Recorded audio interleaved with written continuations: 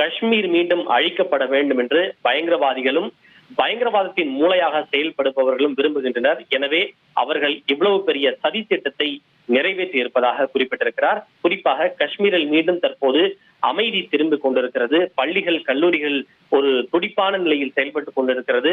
கட்டுமான பணிகள், இன்ஃப்ராஸ்ட்ரக்சர் முன் எப்போதும் இல்லாத அளவுக்கு வேகம் பிடித்திருக்கிறது. அங்கு தேர்தல் அமைதியாக நடந்து முடிந்து ஜனநாயகம் வலுவடைந்து கொண்டிருக்கிறது. சுற்றுலா பயணிகளுடைய எண்ணிக்கை கணிசமாக அதிகரித்து வருகிறது. மக்களுடைய வருமானமும் கூட அதிகரித்திருக்கிறது. இளைஞர்களுக்கு புதிய வேலை வாய்ப்புகள் உருவாக்கப்பட்டு வருகின்றன. நாட்டின் எதிரிகள் ஜம்மு காஷ்மீரின் இந்த வளர்ச்சியை விரும்பவில்லை. ஒரு தேசமாக நாம் வலுவான மன உறுதியை வெளிப்படுத்த வேண்டும்.